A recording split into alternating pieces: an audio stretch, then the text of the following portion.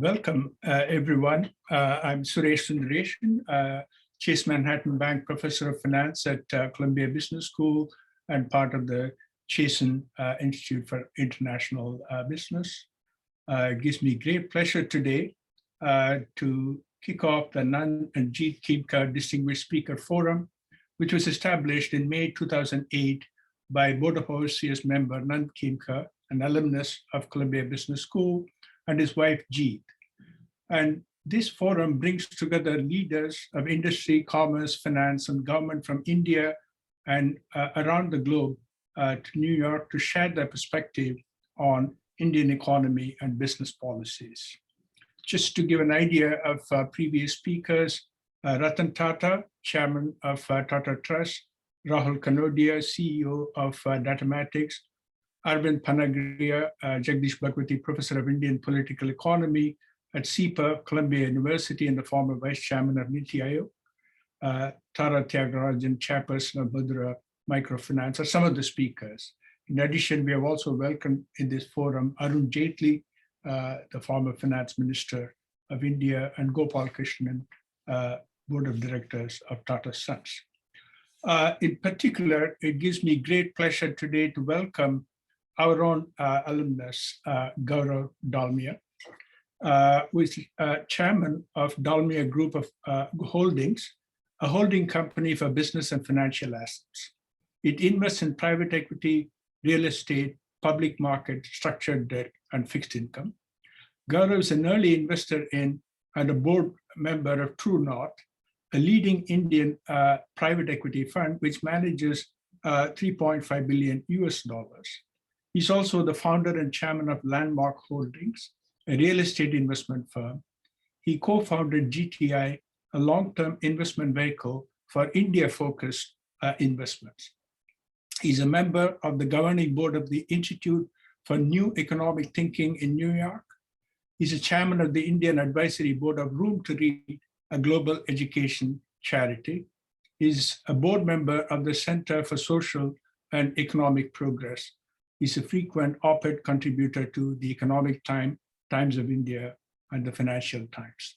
Gaurav was selected as a global leader for tomorrow by the World Economic Forum in 2000. As I mentioned, he's an alumnus of Columbia Business School, where he received his MBA with Beta Gamma Sigma honors from Columbia Business School.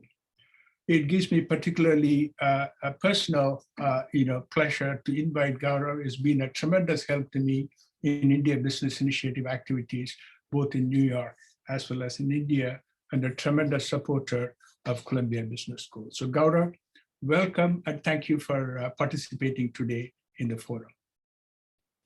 Thank you, Professor Sundaresan. Pleasure to be here. Okay, so the way we're going to organize our forum today, Gaurav, is for me to pose a few questions to you and use those questions to try to draw out some of your experience and insight of being a big investor in India. And along the way, participants will have an opportunity to post their questions in chat box, and eventually my colleague, Betsy, will forward those information to me so that I can post them to you at the end of our panel discussion. I grew up in India, and Dalmia is a very well-known name. It's a famous family name. I remember no matter which part of India I travel, I would see the billboards, Dalmia Cements and so forth. So my recollection of your family's business is, cement manufacturing and the like. So what drew you, a member of the Dalmia family, to private equity? Suresh, I had the good fortune of going to Columbia Business School, which was dominated by a lot of people who wanted to go into finance. So I kind of got sucked into the fun of finance, which wasn't my intention, by the way, when I started out at Columbia. And that kind of carried on after I graduated. So I got back to India in 1990. And this was the period of great liberalization, economic liberalization in India, which started in 1991. And both from within our businesses and from outside economic opportunities, we saw a lot of opportunity outside of our core businesses. So our businesses at that time we were in cement, we were in industrial ceramics, we were in the building electrode business, in the granite business, travel and assorted investments. And because of liberalization and a new wave of competition, we were forced to think a little bit GE style. Either you be a niche leader or you exit a particular business. And we had to make some hard strategic choices along that dimension. We realized that allocation of capital was far more important than we had traditionally thought, okay, which is again a private equity type mindset. We did not quite have leverage the way US private equity used to do leverage, but we were also contemplating what the optimal capital structure was if we had to grow fast in this liberalizing environment.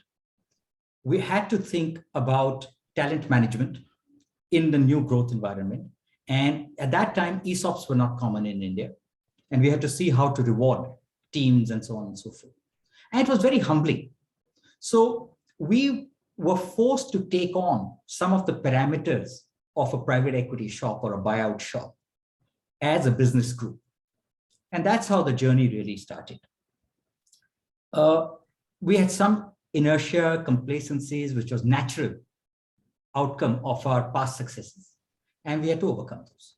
Now, new waves of industries were being created. For example, IT outsourcing was a very nascent business. So if you look at a company today, which is very well known, called Infosys, it has about $13 billion in revenue.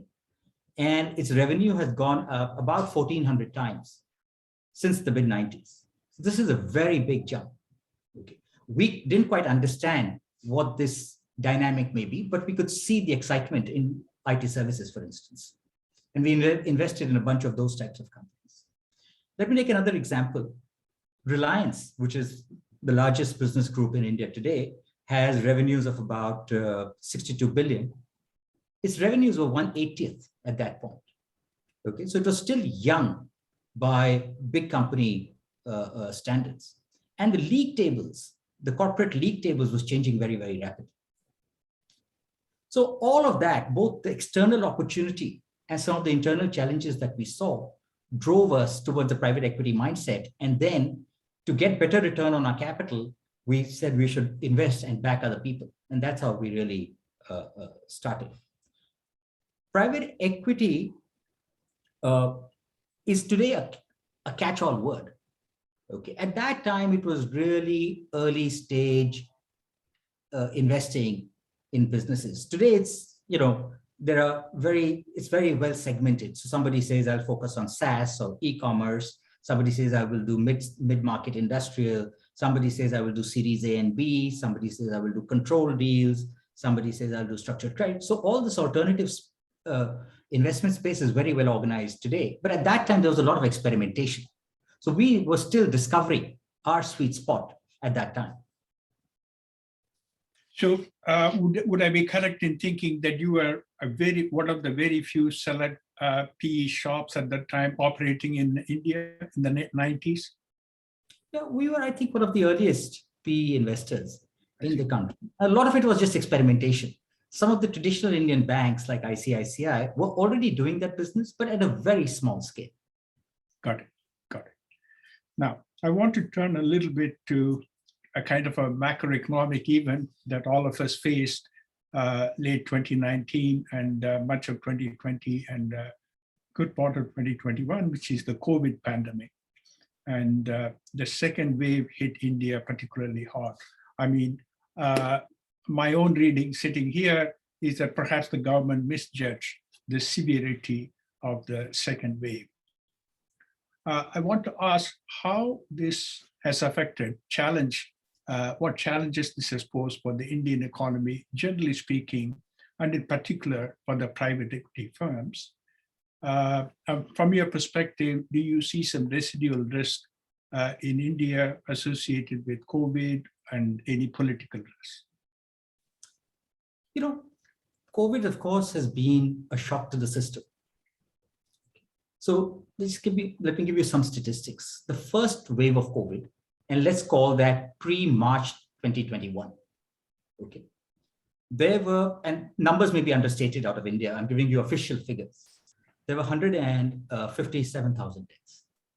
And we thought COVID was going away. And then it made a big comeback.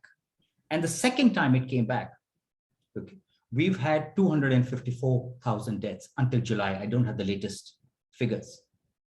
Okay. And it brought people and communities to their knees. So it exposed the deficiencies in public health. It exposed the whole medical ecosystem in India. It also exposed inequality and so on and so forth. So a lot of hard truths came out, which were otherwise in our day-to-day business, we were kind of missing out. From an economic standpoint, there was a big crunch as expected. So let me give you some figures from Ernst & Young. In June of 2020, the economy contracted almost 25% from June of the prior year compared to June of the prior year. By September, things had started beginning to look good. I'm talking 2020.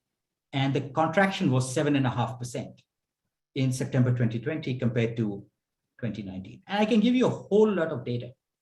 So private consumption in the June quarter last year was down also 26%. Gross fixed capital formation had shrunk 46% in mid of last year. Business optimism index, I'll give you some statistics. In December of 19, pre-COVID, on the scale that we measure in India, it was 56.4. And in September, it was 29.4. It had really fallen. Okay. In June of 21, as the second wave was going away, it went back to 61.5. So things have obviously come back, and they've come back more positively than most people would have thought. Working capital for small businesses expanded by 14 days. For large businesses, expanded by 6 days. So small businesses saw a lot of issues. Okay, there's a lot of bankruptcies in small businesses and so on and so forth. I'm talking, I would say, micro businesses. So by the way, in spite of this great rebound that we're talking about, right, the Indian economy is still smaller than what it was in, let's say, 2019. So June of 2019, the economy that quarter was 720 billion. Okay. June of 2021 is less than 700 billion. This is from FactSet, which is a global data source. Of course. We are still in absolute terms smaller than what we were pre-COVID, but the future looks good. I think the worst is behind us. We're hoping there won't be a third wave, or if it is, it'll be contained. Another measure, by the way, in India, we always look and worry about the bottom of the pyramid, and farmer suicides makes news. So many farmers are in distress because of bad monsoons or whatever, and there have been farmer suicides. Last year, 2020, there were 10,677 farmer suicides as per government data, and there were 11,716 businessmen suicides. So for the first time in recent memory, small businesses were hurt far more than the bottom of the pyramid, which is the farmer. So this is the kind of pain the Indian economy has gone through, whether you measure it economically or at the human level. But I do believe the worst is behind us. Now, you asked me about risk, political and otherwise. So let's look at what risks I see as a businessman. First is we are in an asset bubble across asset classes. Ruchir Sharma, who runs global emerging markets at Morgan Stanley based in New York, has called it an everything bubble. So we are in some ways in an everything bubble. And you can't say, I will do X instead of Y, because X and Y are both bubbles. Okay. It'll have its own pain as these bubbles burst, whether it's in the banking sector, whether it's the wealth effect, and so on. So to me, that's a risk which will hit us soon. Secondly, from a geopolitical standpoint, we have border issues with Afghanistan blowing up. We'll have border issues on our west. We have border issues with China, and China is getting aggressive in the region. And we'll have to tackle that, which means it has implications on defense budgets, it has implications on government finances, and so on and so forth. The government finances are quite weak anyway. A disproportionate share of government finances is fixed cost, which is wages, interest, and so on and so forth. So the degrees of freedom in government finances is not really there. So I think of that as a risk as well. The war against coal, the climate change wars, will surely affect India negatively in the near term, although I think in the long term, it will all play out well. But how we will manage in the near term will be a challenge. Inequality, even at India's current per capita GDP levels, inequality is at a very high level, and people are surprised how high Indian inequality is. And this is driving populist measures from the government. So someone says democracies are doomed to be politics. I think poor democracies are even more doomed to be populist. And it'll have its own challenges, distortions, and so on and so forth. A long-term risk that some people comment on, I don't fully subscribe to it, but I worry about it sometimes, is majoritarianism. Whether we will become a majoritarian state and whether we will lose focus and go the way of some of the Middle Eastern countries. I don't think it's a risk staring us in the face, but it is a long-tail risk we need to think about. Now, on the institutional side, I think we do have institutional weaknesses. So all of India's great moments are moments of individual heroism in the face of institutional weaknesses. So some great individual or a great group of individuals will do a good job, great police officer, a great member of parliament, and so on. But we still have that institutional vacuum and void. The move from the informal economy to the formal economy has its own pangs in the near term, which are also adding to risk. Market concentration is increasing. Bankruptcies among small businesses are increasing. I spoke about small business suicides. Okay. So these are also short-term challenges that we face. India's antitrust practices, by the way, are not very good. Antitrust laws are not the best in the world. Mm-hmm. And there are a lot of antitrust issues that we continue to face, and I think we will face even more going forward. Given the go-go days, the asset bubbles that are building up, another fear I have, and it's a very personal level, I have no data to support it, is whether we will have an accounting fraud. As people say, let's go conquer this, conquer that, there may be temptations to misreport. Okay. And one hears rumors about accounting issues in company X or company Y, nothing proven yet, but I worry about whether that'll hit us from nowhere. I see. So that's on the risk side. Now, let me talk about a few risks I don't worry about. Okay. So Indian balance sheets are quite strong. Our bad debt problems we've taken care of in the last decade. Unlike China, which is grappling with a bad debt problem today, I think we are in a much better shape. And I think that will be our competitive advantage vis-a-vis some other countries as we go into economic competition. Our capacity utilization levels in industry after industry are quite high. Okay, which means the next capex cycle, the animal spirits, are going to come back sooner rather than later. There are a lot of white spaces in the consumer market. So if you just benchmark India with a Malaysia or Indonesia, you can say, okay, there'll be big growth. Per capita consumption will grow to Malaysia or Indonesia levels in the next decade, and there'll be big growth. So I think that's a big opportunity. And I think India has traditionally not been a part of enough FTAs, and it's been somewhat isolated. Okay, so that's been a risk of the past, and I do think we are correcting it going forward. So that should actually be a plus rather than a minus, even though looking back, it looks like a minus. That's very insightful. Before we close this topic and move to the next question, I just want to make two observations. We had a presentation on distressed asset investing at Columbia, and they were also commenting how COVID has precipitated so many bankruptcies, and a lot of private equity firms and distressed asset investors are trying to restructure. And they were commenting on the fact that there is so much supply of capital in this end of the business, but the Chinese property market magnitude is so great that there's not enough capital at this point to go after those distressed assets. Just an aside relating to what you're just commenting. Let me move on. as you very well know, over the last few years, the quote unquote, the value premium has disappeared in North America, and the value investing has not done so well. In fact, if you look at a long history, value stocks have performed very badly indeed in the recent past. Now, from your perspective, is that somewhat idiosyncratic to United States, or do you have any concerns about India in value investing? Well, clearly, it is a challenge. The joke in India and joke, I suppose, in other markets today is if you're a single P investor, single digit P investor, you're a value investor. If you're a double digit P investor, you're a growth investor. And if you're a triple digit P investor, you're a visionary.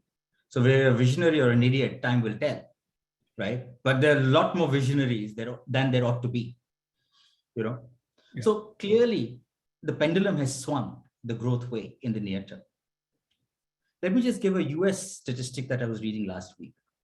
In US IPO data, if you look at it, less than 25% of the companies that are IPOing are profitable. In 2000, it was about the same. Less than 25% of the companies that are IPOing were profitable. In 2010, by the way, 3/4 of the companies that were IPOing were profitable. So people were going after value rather than just growth, the way it is. So this trend we've seen. In 2000, we had one statistic. In 2021, we have one statistic, but the statistic of 2010 was very different. Right? So I think this cycle, which is a longer cycle than traditional business cycles, will play out. I do believe that. Now, Buffett, I think, did an experiment. I think Columbia Business School was involved in it in 2008. And he said, I'm willing to wager a bet between the index and hedge funds, that if you blindly invest in a low-cost index versus high-cost hedge funds, you will beat hedge funds over a 10-year period. So I have some data here. A company called Protage Partners took on the challenge, and they bet in hedge funds. And between 2000, so in 2008, Buffett was down relative to the hedge funds. 9 to 14, Buffett was up every single year. And if you take cumulative, after 9 years, the index was up 8.5x from whatever I have in front of me. Mm-hmm. And the hedge fund were up only 2.2x net of fees and expenses and everything else. I think a similar dynamic will play out in growth versus value. In some periods, in bursts, growth will beat value. But I think in the long term, the weighing machine will kick in and the voting machine won't really matter. Right now, we are in the voting machine environment. Just economic history has a lot of insight. So if you just go back to 2000, which we have seen quite closely, or at least some of us have seen quite closely, there was a company, if you may remember today, called WebVan, online grocery business. It raised $400 million, which by 2000 standards was a pretty good number. Okay, it went bankrupt. There was Global Crossing, the telecommunication company. It was valued at what? Almost $50 billion at that time. Right? Few years later, it went bankrupt. So there are two implications that I see for investing in India or anywhere. One is stretched valuations. Okay. That's a simpler problem, I think, to solve for, which means you lower your return expectations for the next 5 to 10 years, but you can still play. So we find a lot of financial stocks that you can bet on today in public markets, where I think you'll make a 8 to 10% return easily, maybe 12 to 14%. Right? So it's still bets that you can make, calculated bets, because there's only a pricing mismatch. Businesses are still doing okay. I think the bigger problem is where the business models don't exist and people are just punting. Over there, we're going to have very serious write-offs. Okay. People forget Amazon, for example, has shut down their food delivery business. Okay. So bets do sometimes not work, even for the big giants. Yeah. Okay. So we're in an era, what I call amongst friends as bubble bravery. So we'll see how this plays out. And I don't think it's going to end very well. Berkshire Hathaway, by the way, I'm told, has almost $145 billion of cash as of end of last quarter. So clearly there are some investors who are saying, we can't play. We'd rather sit on cash, right? So for all the euphoria that is there is that mindset as well. India, by the way, has unique valuation problems. It is today even more expensive than China. Let me give you some statistics. These statistics are from a VC firm called Iron Pillar, which invests pan Asia. So they studied 76 Chinese companies, and they saw total enterprise value to last 12 months trailing revenue, 2.74x, enterprise value to last 12 months revenue. Revenue CAGR, almost 20%. Gross margins of 42%. In India, similar companies, 20 to 60x, the range was 20x to 60x. Last 12 months trailing revenue. Now, some of it can be explained by faster growth. So as compared to 20% growth CAGR in China, Indian companies, or this sample, was growing at 50%, but the margins were much poorer. So the premium that was being given to growth is almost 10x that of China. Perhaps it should be half that. I'm just comparing India and China. I'm not even comparing it to a mature business. I'm talking venture capital to venture capital. So India, I do think, has serious issues in valuation. A lot of capital is coming into India. Some of the capital that was scheduled to go to other markets like China, a disproportionate share of that is coming into India, and it's distorting this. But I think there are a couple of good messages out of this bull market. Okay. The first is there is a potential in a lot of these companies. Obviously, there will be mortality, but there's a potential. So I don't see these as a given that this company will win, but I see it as this company has a lot of potential. Investors are backing it. It's got good valuation and so on and so forth. Time will tell what will happen. Now, if you go back to the 40s, the auto industry was also funded by a similar asset bubble. So this is known to happen. There's nothing new.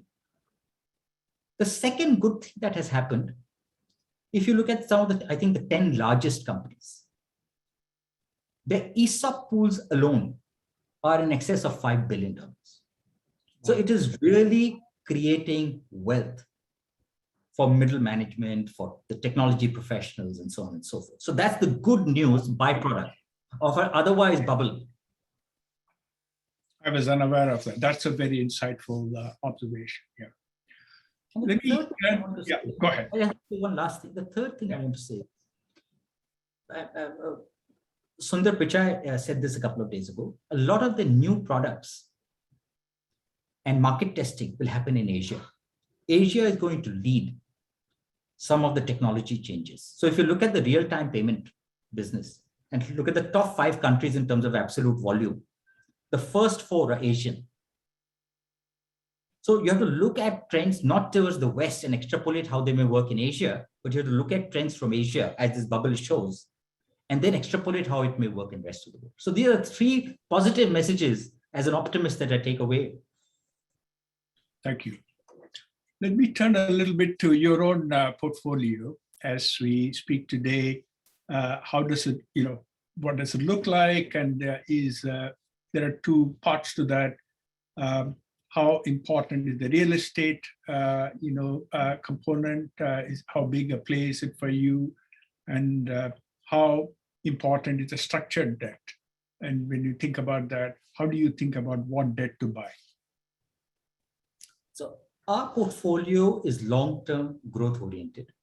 We are not income oriented. We are capital gains oriented. We're happy to take risk. We're happy to ride volatility. We are not happy to take concept risk because there's enough growth in non-concept risk businesses in India. So that's our model, right or wrong. We've been fortunate. We are in 3 unicorns. We invested in a company called Policy Bazaar, which was insurance broker. We bought ESOPs in the secondary market, I think almost 7 years ago. And we are up 50x. We just exited. Wow. 50. So thank you, Bubble. Mhm. We are in an insurance company called Digit Insurance. I think in the last 1.5 years, I can't remember when we exactly invested. We are up mark to market or whatever, or mark to myth. We are up almost 4x. We are in an online pharmacy called PharmEasy. Again, we're up about 9x in 2 years. Okay. So we've done well in some of the early stage or private equity secondaries that we've done. And we continue to do early stage non-concept risk type of businesses. We invest in public markets, and we think of mid caps and private equity as competing with each other on a relative value basis. Sometimes mid caps are actually cheaper than private equity. Sometimes private equity is cheaper. Sometimes private equity works because the energy of the IPO gives you a good return, which in mid caps, there's nothing to energize. Okay, so we take all those factors into account when we do all this. We do structured credit, and I'll talk about it. On our treasury side, we tend to innovate to get maybe a little bit extra return for liquidity. So we'll do commodities arbitrage. So in India, where bond returns are in 5% or sub 5% return, on commodities arbitrage, you can do 8%. And that's a big alpha for short-term liquid investments. I'll give you 2 examples of how we try to do unique deals. So there was a solar deal, a small 38 megawatt solar deal, where Tatas were off-taker. And I think they also had some equity. Okay. And most large groups have mandates, and X amount of their energy should come from clean sources. So we provided pref capital to that venture. And we got, on a pref basis, 13.5% post-tax return. Now, that to us was pretty good. Your counterparty off-taker is Tata. Okay. And it was a reasonably safe bet. On a risk-adjusted basis, we thought it was great. Why fight for 18 or 20? On the risk side, you take the boom of technology, young people, and so on, and we invested in the furniture, or we actually provided credit, structured credit to furniture leasing business. And I think, I don't remember exactly, but we came out with a 28 or 30% IRR. So that's on the risk side. So we tend to do risk-adjusted basis. We're happy with 13.5 in some cases. We want to fight for 20 or 30% in some other cases. Real estate is a big asset class for us. So people forget that real estate is the largest asset class in the world. So let me give you some statistics. Real estate, residential, is a $250 odd trillion asset globally. Equity markets are 110 trillion. So that's the difference. Securities, debt securities, not bank debt, debt securities is 125 odd trillion. Okay. Global GDP is 85 trillion, just as a measure. Yeah. So real estate is actually a very big asset class. And in countries like India, where urban migration is happening, okay, you have populations of cities growing at 3 to 4% a year, which is actually a big number when you compound it. And that's a secular trend. So real estate does well as that kind of urbanization. And you've seen that in other markets. So if you look at the Asian league tables, the Asia rich list type of league tables, a disproportionate share of them will come from real estate because of these trends. And I think similar trends are playing out in India. Now, if you do a value chain analysis of real estate, unfortunately, there are 3 steps the way we do value analysis. Land buying, holding, just land, do nothing. Conversion of land, licensing, that process. And then actual development. Unfortunately, the biggest returns comes from land buying and holding, passive holding. Development actually doesn't give you that much return. So if you say Delhi is growing, I just buy land. I don't need to be a real estate specialist. It actually gives you a very good return. It has high upfront cost. real estate. So there's a lot of need for capital. And by the way, some of the greatest financial innovations have come from the real estate sector. I did a real estate finance class when I was at Columbia. And many of those innovations have gone mainstream thereafter in the financial world. India still doesn't have those innovations, which is why there is an opportunity for extra return out of real estate. On the bad side, real estate attracts counterparties who are a little rough. Many of them are political, rough and tough. So you have to deal very carefully with some of these counterparties. So that's a negative. Second negative is it's a very long cycle.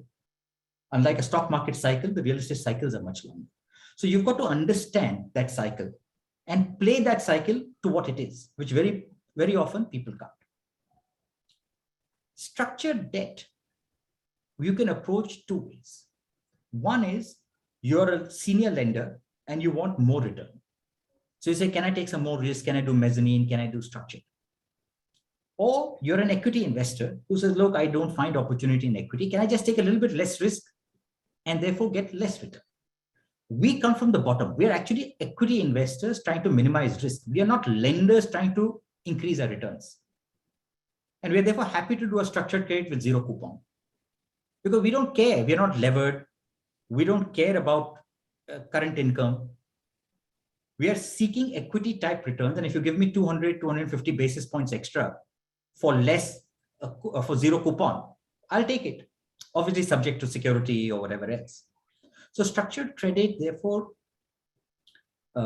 is actually a very good risk-adjusted opportunity in a country like India. The mother of all trades, by the way, and I want to advertise for my wife, she does foreign exchange derivative trading on her own, just for fun.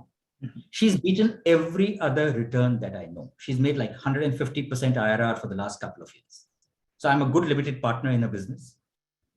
Okay. So there are a lot of these niche opportunities where you can make money in India.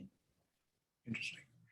One of the things that distinguishes private equity is, you have an exit option and you want to exit your investment at some point in time. So how is private equity different in India as compared to PE in Western market? Because I have seen here a lot of the PE investors saying, we know that we're going to exit in 4 years or 5 years. Are there good exit options developing in India, or you end up holding these investments longer than you might have wished? See, the nature of Indian investments, Professor Suresh, is very different from the nature of Western investments. So just let's look at what's the opportunity set in the West. One is disruption. This whole technology disruption, this is one game. Okay. The second is leveraged buyout. You buy cash cow businesses, you lever the hell out of them, put very little equity, and therefore earn a superior return on your equity. And you perhaps increase the efficiency in the operating parameters of the business. Standard boring growth is not really an opportunity in most of the Western world. In India, standard boring growth is a very big opportunity.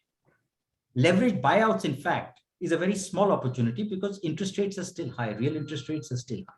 So they're qualitatively very different. Yeah, qualitatively very different. And therefore, when you are growing businesses, this 4 to 5 year flip often becomes difficult. So we invest with the 8 to 10 year view. In a bull market, of course, everything compresses. You can exit in 4 years or 5 years. Right. But truly, if you want to build a business, an old economy, standard business, a financial services, a lending business. A lending is a very big, banks and non-bank finance companies are a very big attractor of private equity in India. If you want to build a consumer brand or grow a consumer brand, right? These things take 8 to 10 years. So I would say that's the time frame in India. Very interesting. By the way, for Blackstone, I want to point out, India has been the best performing market, including the US.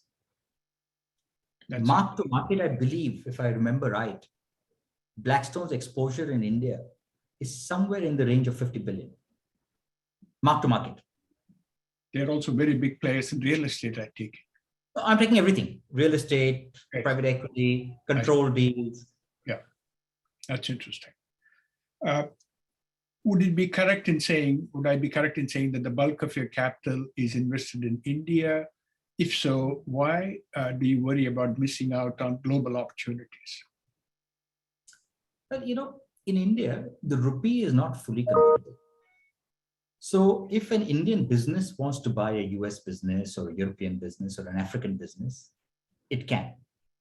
But if a Indian investor wants to invest in a passive private equity deal or a public markets, there are limitations on what you can do.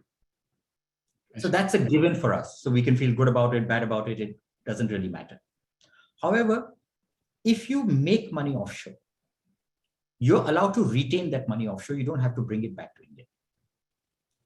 So because of some of our past investments, we've been able to build a portfolio offshore. Mostly is limited partner interests in funds. I see. Okay. We are not knowledgeable enough to do directs. Okay. Now we have good relationships with the big private equity sponsors. So we're able to get into some of the good funds. So for example, we like structured credit. Okay. So Blackstone has a structured credit fund called Tactical Opportunity, which is a global fund. We're a small LP there. I see.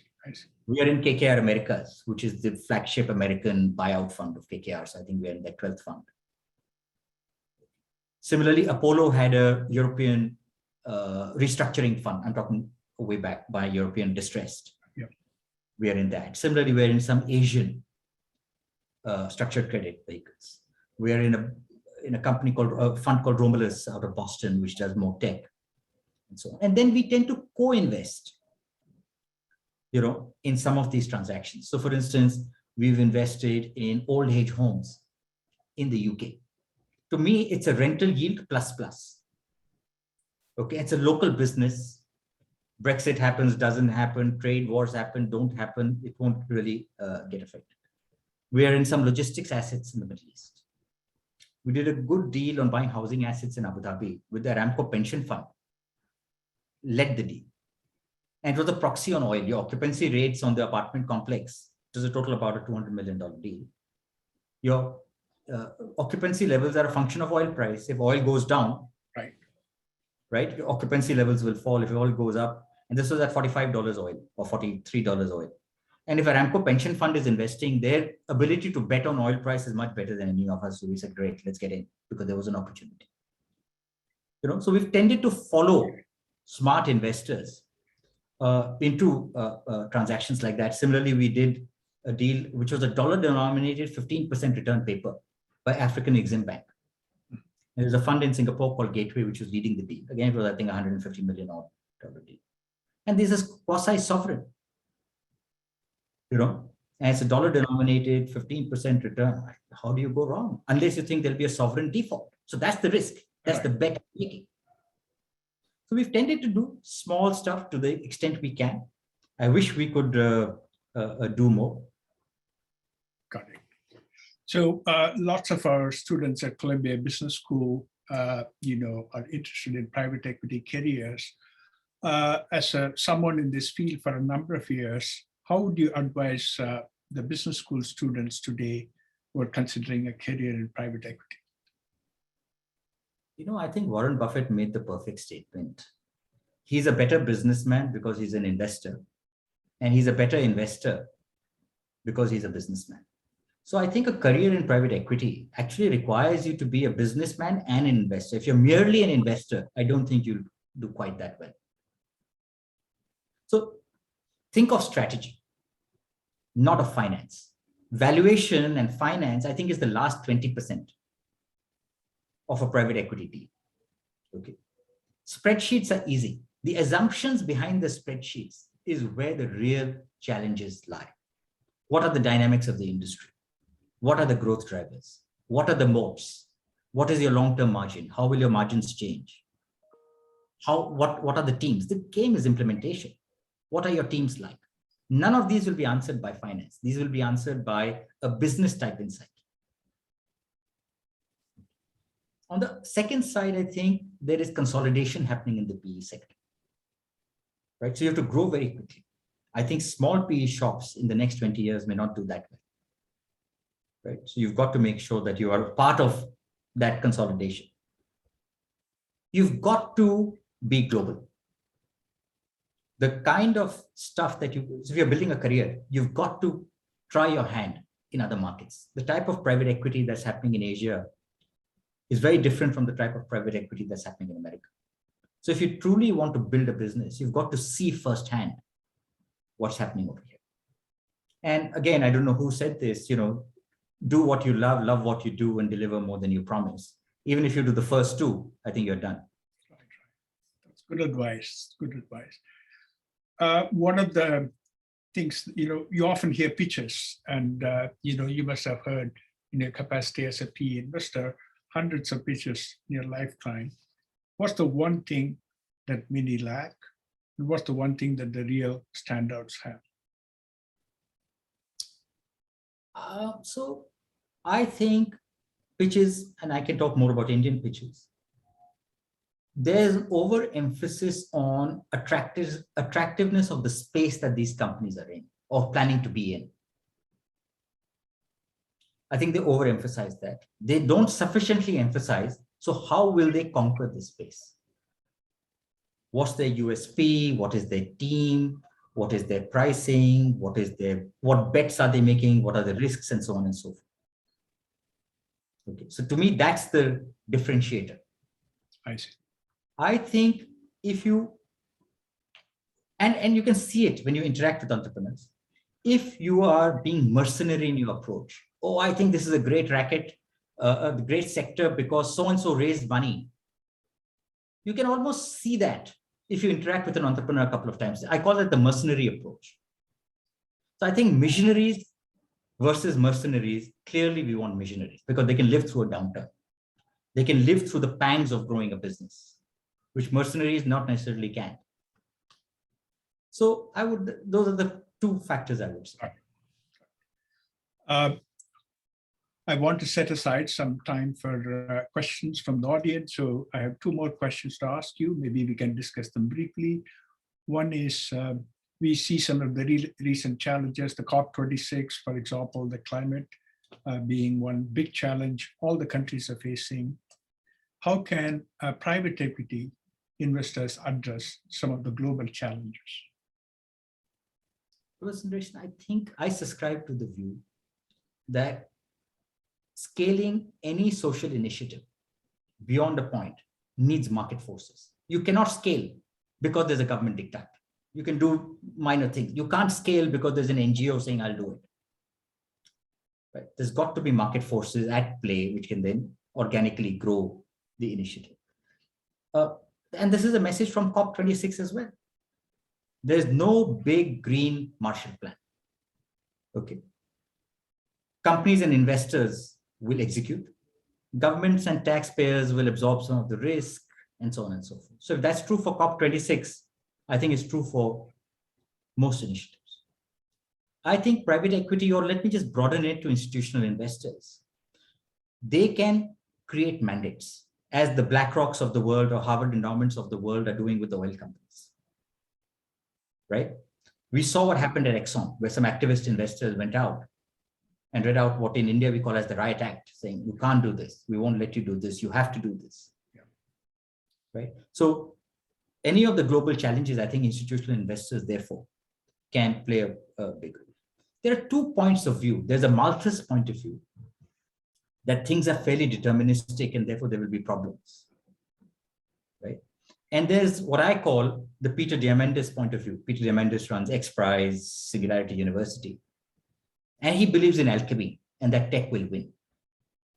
I do believe on a net basis over the long term, human ingenuity, alchemy, tech, Peter Diamandis will win over Malthus. And for that, private initiatives is what will drive.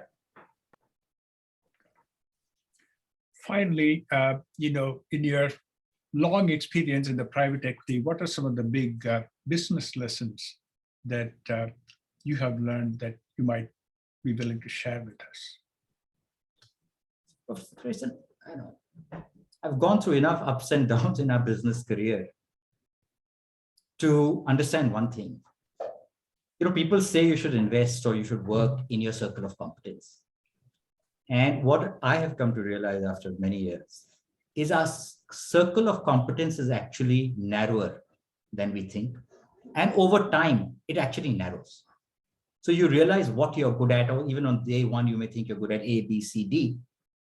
And therefore, you have to figure out your true circle of competence over time and focus on that and not get too broad. I think that's one humbling lesson.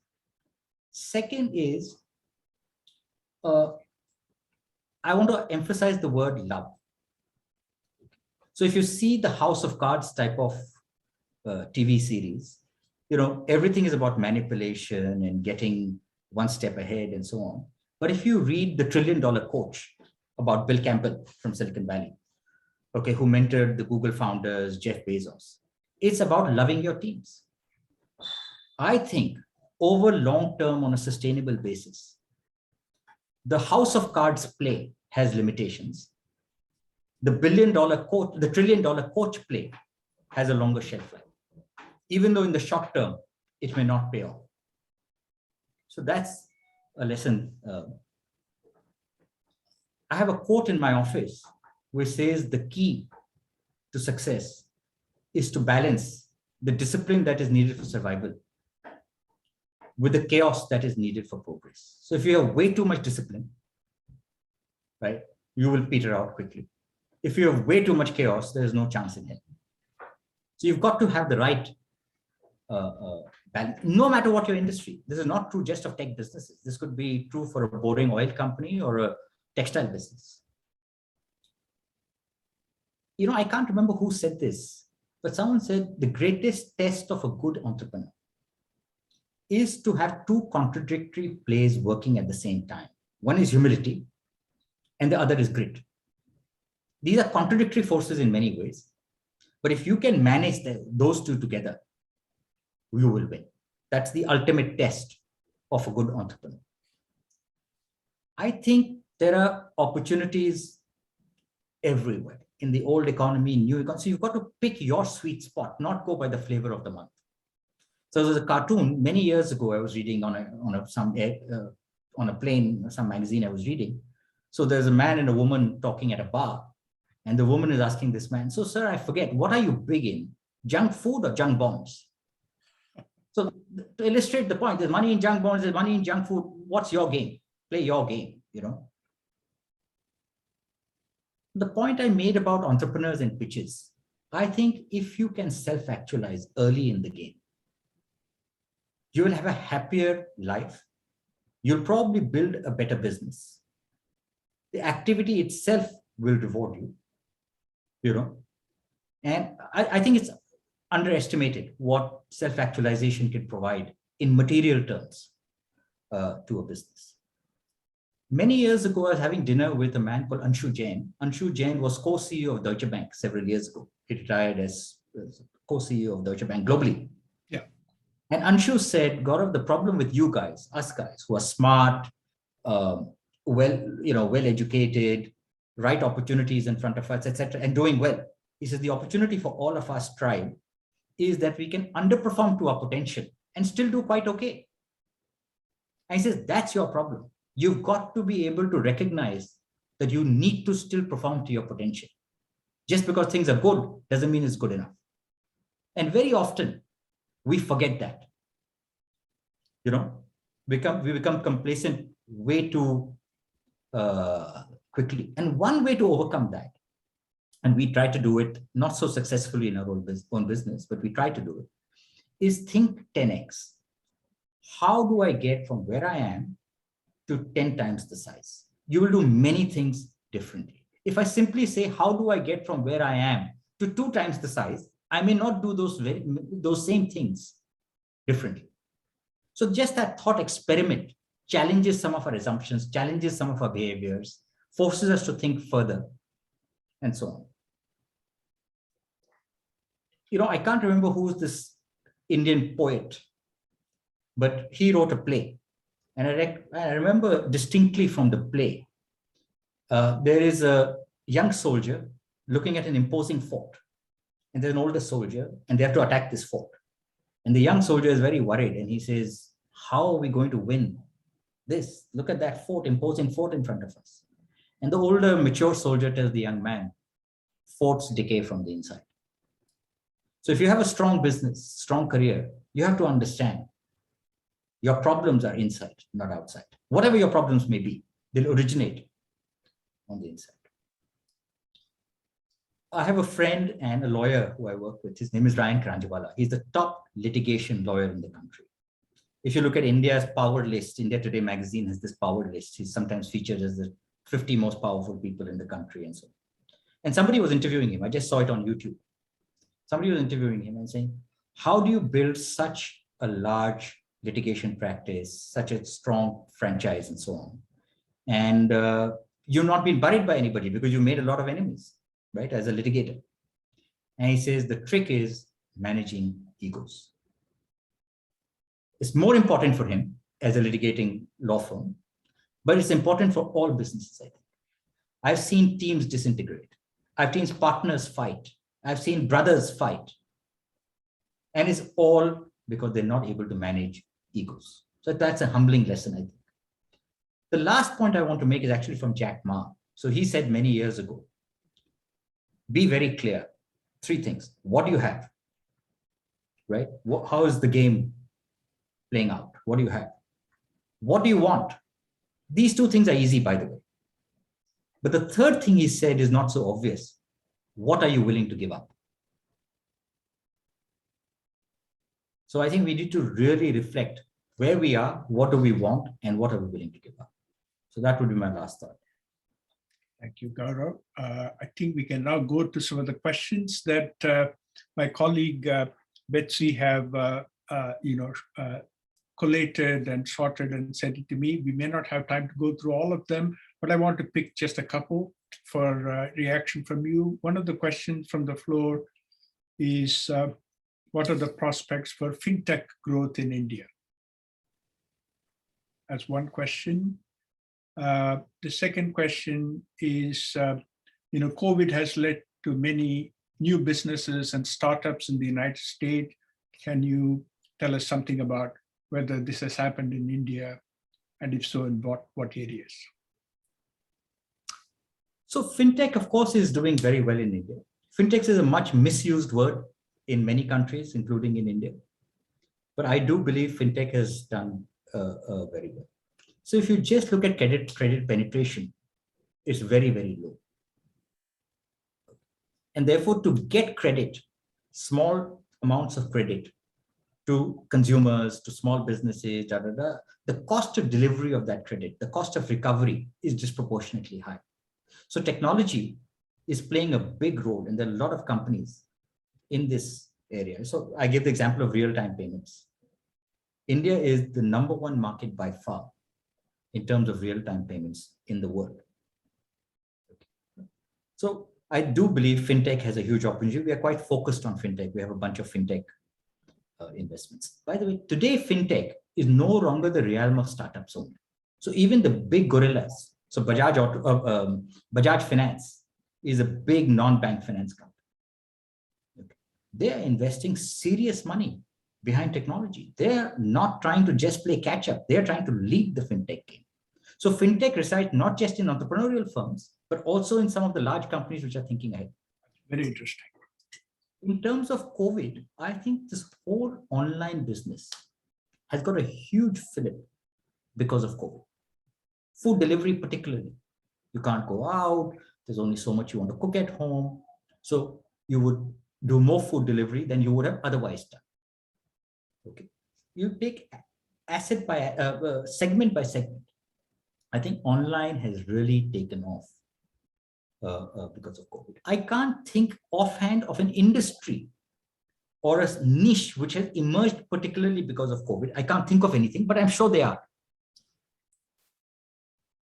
In particular, I'm curious if I may follow up on that. In the public health area, which was the inadequacies were exposed during the second wave, has there been a private sector initiative to boost the infrastructure of the public health delivery system in India? I do believe private sector in healthcare has done a good job in India, I actually believe. In terms of whether it's testing, whether it's last mile delivery of services. India is the vaccine king of the world. I was told some statistic, which I can't remember. Hyderabad alone accounts for X amount, X percentage of global vaccine production. One city in India, Hyderabad. We are moving from generic drugs to a lot of R&D based. And there are a lot of unique diseases in Asia. Diabetes, for example, is more common here and so on and so forth. So there are a lot of things that are happening with local healthcare needs, where there's a lot of R&D and stuff happening. So I do believe private sector is actually doing very well. Pharma also, from a private equity perspective, pharmaceutical companies have been a huge wealth creator. Yes, I heard that using the mRNA technology, an Indian pharma firm is working with a Boston company to develop a vaccine in India. They're going through some clinical trials from what I gather. Well, we're a little bit past 1 hour mark. So it's time for me to thank you for taking the time a little bit late in the evening to share your insights and experience with our faculty, staff, and students and alumni. Thank you so much, Gaurav. I'm going to give you a clap. We would have given you a resounding applause had you come here and delivered this in person. And I wish you a very nice break for the next few days. And I look forward to seeing you in India in 2022. Thank you, Professor Sundaresan. Thank you, everyone. I had a great time. All the best. Thank you. Bye-bye.